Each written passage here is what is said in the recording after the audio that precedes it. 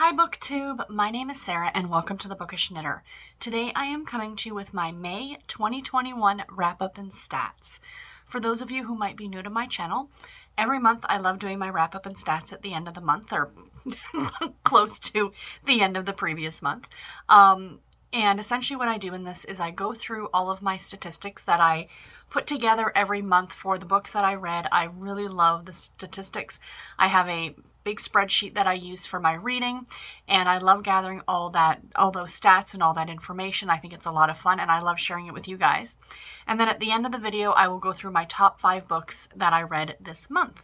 So let's jump in and get started with the statistics. So first of all, I read 24 books in the month of May, which was great. 19 of them were first time read. 5 of them were actually rereads. So those are mostly my Babysitter's Club books. I'm always going to have a bunch of rereads every month because of the fact that I'm rereading through the Babysitter's Club. Even though I read them many years ago, I still count them as being rereads. So for my Goodreads goal, I am 40 books ahead of schedule. I have read, as of May the 31st, 101 out of 150 books. 150 is my goal for 2021. So I'm at 67% of that goal completed. I had 2 3-star reads, 5 3.5-star reads, 11 4-star reads, 1 4.5-star read, and 3 5-star reads this month, you guys. My average star rating was 3.81 stars, which is actually up from April. My April was 3.19 stars on average. So in terms of the genres that I read 12 contemporary romance novels, 4 middle grade fiction, of course the Babysitter's Club books, 3 women's fiction novels, 2 historical romances, 1 romantic suspense, a inspirational romantic suspense, and a classic. So I also like to keep track of how many category romances I read, the Harlequins, for example, and I like to have that number be around 30-ish% if possible, because I have so many of them and I'm trying to work my way through all of them. So that's why I like having that number. However, in May, that number was down. It was only 12%. And I read 1 heartwarming, 1 love-inspired suspense, and 1 Harlequin historical. So in terms of age range that the books are meant for, I read 20 books, geared towards an adult audience and 4 middle grade. For times or dates that the books were published, I read 1 book published in the 1930s, 4 published in the 1990s, 7 in the 2010s, 3 of them published in 2020, and 9 books published this year in 2021. So that's not too shabby at all. In terms of how I read these books, I read 13 ebooks, 9 audiobooks, and 2 mass market paperbacks. 60% of what I read or how I read in May was comprised of audiobooks. I want that number lower. Not because I don't see the value in audiobooks. I think they're absolutely fantastic, but I want to go back to audiobooks being more supplementary to my reading as opposed to, I honestly, audiobooks, a lot of people find audiobooks very easy. Like you can plug them in and you can do this, that, and the other thing. And I agree 100%. Right now though, and for the foreseeable future, and even after this pandemic is done and we get back to quote unquote normal, I still will not be going into the office every day. And the bulk of when I listened to audiobooks used to be on my commute, and it was only on my commute, and I love that. I actually had to go into the office yesterday, the first time since February, and I really loved the commute. I had my audiobook in, going there and coming back, and it was fantastic, and I loved it. That's what I've always had audiobooks for, but since the start of the pandemic, and since I wasn't working and work has kind of been all over the place since March of 2020, now I'm working full time, and I was going into the office for a good long while, but now I've been home really since February. I'm finding I'm listening to audiobooks, but the thing is, it's almost like I feel like I'm forcing myself to do it. Like I want to get so many audiobooks read, and I'm just trying to say no, like I honestly, that question always comes up on tags or on quizzes and stuff like that. What's your preferred reading method? Ebook, audiobook, print book. And I'll be honest, for me, it's ebook. I prefer ebook all day long because I find them easier to read. And yeah, I can't do anything else, but that's kind of the point. Like, you're just sitting there reading and enjoying. So again, I'm not trying to get off on some sort of a tangent. I think audiobooks are fantastic and I love them, and I would never ever want to not read them. And I definitely think they have a place in my reading. I'm not talking about anybody else. So if you are strictly an audiobook reader, that is awesome. My mother is. And she loves it. She only listens to audiobooks, and it's what makes her happy. So I would never ever diminish anybody else's enjoyment of reading and how you read your books. However, for me, this is my, like, and and the thing is that I'm a crafter. So a lot of people are like, oh, you could put an audiobook on while you're crafting. Yes, I could. But I also love to watch BookTube. Or CSI reruns, or Law and Order reruns. So it's a balance, my friend. It's a balance. So didn't mean to go off on that little tangent there, but I do just like to mention that. So in terms of series, 17 of the books that I read in May were part of a series. 6 books were standalone novels, which is great. Of the 17 books that were part of a series, I started 2 new series, but 15 of the books were from ongoing series. So that's fantastic. We really like that. In terms of page count, I read 7,173 pages in the month of May. Works out to approximately 231 books per day. So yay on that one. And then I have just some random fun, not really stats, but just some random fun facts here, I guess you'd call them. So the highest rated book on Goodreads that I read was Second Chance Cowboy by Claire McEwen. It has an average star rating on Goodreads of 4.70 stars, guys. I gave it 4 stars. I really liked it.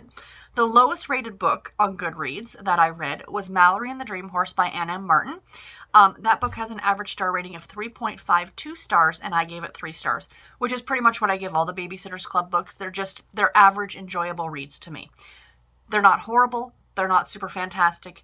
They are a nostalgic enjoyment for me. The longest book that I read in terms of page length was A Good Old-Fashioned Cowboy by Maisie Yates, Caitlin Cruz, Jackie Asherden, and Nicole Helm. And that book came in at 473 pages. The shortest book that I read was Sweet Talk by Cara Bastone. The only reason I don't really have a page count on this one is because it's Audible only. So it is only available as an audiobook. But Goodreads lists the page count at 6 pages. Clearly it's more than that. It's about 6 hours long on audio. So I actually, if it was converted to an ebook, I don't think it's the shortest book that I read, because I'm pretty sure I read a book that was like around 70 pages, which was Beach by R.S. Gray. So I'm not absolutely certain, but I'm going by what Goodreads is saying. Again, I don't feel like this one actually has only 6 pages, but it is what it is. So the average number of pages per book that I read in May was 299 pages. And someone just decided to join us. Oh, it's Goran. Okay. It was 299 pages was my average page per book. So in May, the number of books that I either purchased, borrowed from the library, or received as e-arcs was 52 books. So of those 52 books, the average cost per book that I acquired was 81 cents. Every month that number has been, I think, either at $1 or just below, and I'm loving that. That makes me happy.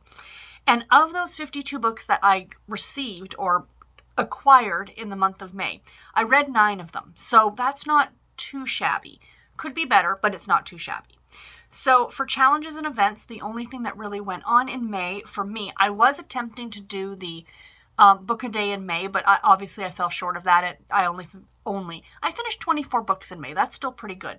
But the one challenge, of course, that I do every month is the Romance Readers Reading Challenge on Goodreads, and I completed 10 out of 10 on that one, and I have done that without fail for 5 years and 5 months now, so that's kind of awesome. So my top 5 books of the month. And this goes, as I always like to say, from least most favorite to most favorite. So coming in spot number 5 was A Marriage of Equals by Elizabeth Rolls. I ended up giving this one 4.5 stars. It's a Harlequin historical novel. It was fantastic. What I loved about this one so much is that all the historicals, like a good chunk of the historicals that people read, or that I read, or that the rest of you all read, deal with dukes and earls and viscounts and people, who have balls, and you know what I mean, like the upper echelons of Regency England society, right? Whereas this one actually dealt with, our female lead was a shop owner. She owned a coffee shop. And our male lead was the secretary to one of those high-ranking important men. And it's their relationship, plus the fact that there's a bit of an intrigue plot going on in here with a girl who needs to be hidden from her father because she's being forced into a marriage to a man she is actually afraid of. So there's a lot of talk on women being property at that time, and that she is her father's property and he can do what he wants with her and with her life, kind of an idea. So a lot of talk about that. And then what got me at the end of this book was that there's a great author's note where the author talks about an actual historical figure who inspired our female lead, because our female lead in this book is the daughter of a slave and a slave owner in Jamaica. And then when her mother dies, and that comes out later in the book, what happened to her mother back in Jamaica, her father takes her and brings her to England. And then she's raised by the father's family because he ends up dying. That's not a spoiler. That happens right at the beginning of the book. So this book was so good, and I highly recommend that you all check it out. If you're fans of historical fiction, this is definitely not one to miss. The next book, there's a great mix in this top 5 list I'm noticing, and I'm really happy with that. The next book coming in at spot number 4 is Away with the Penguins by Hazel Pryor. I gave this one 4.5 stars as well. This book was a delight. I read this one I had gotten this one from NetGalley, and it came out last spring of 2020, and I'm finally just getting to it now. My library had a copy on audio. It's about a woman by the name of Veronica. She's in her 80s, and she kind of falls in love with watching these documentaries, and she falls in love with these ones about penguins, and she decides in her 80s that she is going to go to Antarctica and hang out with the penguins. So she starts off this email communication with these researchers in Antarctica who are dealing with these penguins, and she's like, hey, I'm coming down. And they're like, hey, no, you're not. We don't have the room or the space or to care for a woman in her 80s. Let's be real, Accidents happen very easily. The temperatures are extreme. It's not an easy environment. She thinks she can just book into some fancy schmancy hotel and stay there and hang out and visit with the penguins. There's also another side story with a nephew that she didn't know, she just found out that she has. Is it her nephew? No, her grandson. I'm sorry, it's her grandson.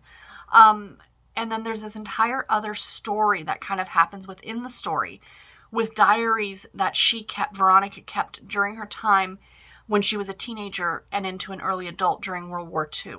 And kind of her backstory. And so you're kind of getting these dual timelines, but one, of course, in present day, the other one told through diary entries. So good, you guys. This was so good. I highly recommend that you pick this one up. If you like this kind of more, I don't know if this would be really considered women's fiction, because yes, it is the story about this woman, but it's so much more than just that. It's the story of the grandson. It's some of the researchers, it's historical in an aspect with the whole World War II part of it. So there's kind of a lot going on here, you guys, but it was so enjoyable. Next up is a reread book. Coming in at spot number 3 was Rebecca by Daphne du Maurier. One of my favorites. I love this book. I don't think I need to talk about it. I'm pretty sure everybody is familiar with this book, with Maxim de Winter and our unnamed female protagonist, and Rebecca, who is Maxim de Winter's deceased wife, and how he marries this young girl, and not young, I mean, that sounds bad, but younger than him. And she moves into Manderley with him, and kind of what's going on with Mrs. Danvers and the rest of the staff and what actually happened to Rebecca. This is a classic. This is absolutely a classic.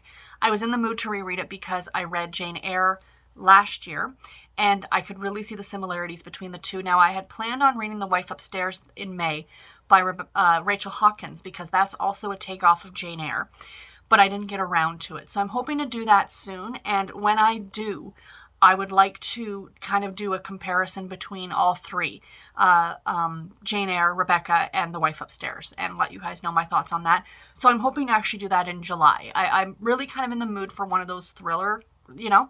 So that one might get added to the TBR in July. Coming in at spot number 2 was Sweet Talk by Cara Bastone. This book I gave 5 stars to. This is the one that isn't available on audio only. I talked about this one very, very recently in a weekly reads video. I think it was the one that just went up on Sunday. So I'm not going to get too much into it again. It's essentially a about 6-hour long audiobook about a guy who mistakenly texts this girl. They start an entire like online, not online, but like through text and phone call correspondence and kind of relationship with each other. She knows who he is, but he doesn't know who she is. And he's trying to guess who she is, and she's not giving it away because if he finds out who she is, she thinks he's never going to want to talk to her again. And she has a big crush on him. So yeah, really, really good. I like this one a lot. And last but not least, coming in spot number 1 was Crazy Stupid Bromance by Lyssa Kay Adams. I gave this one 5 stars.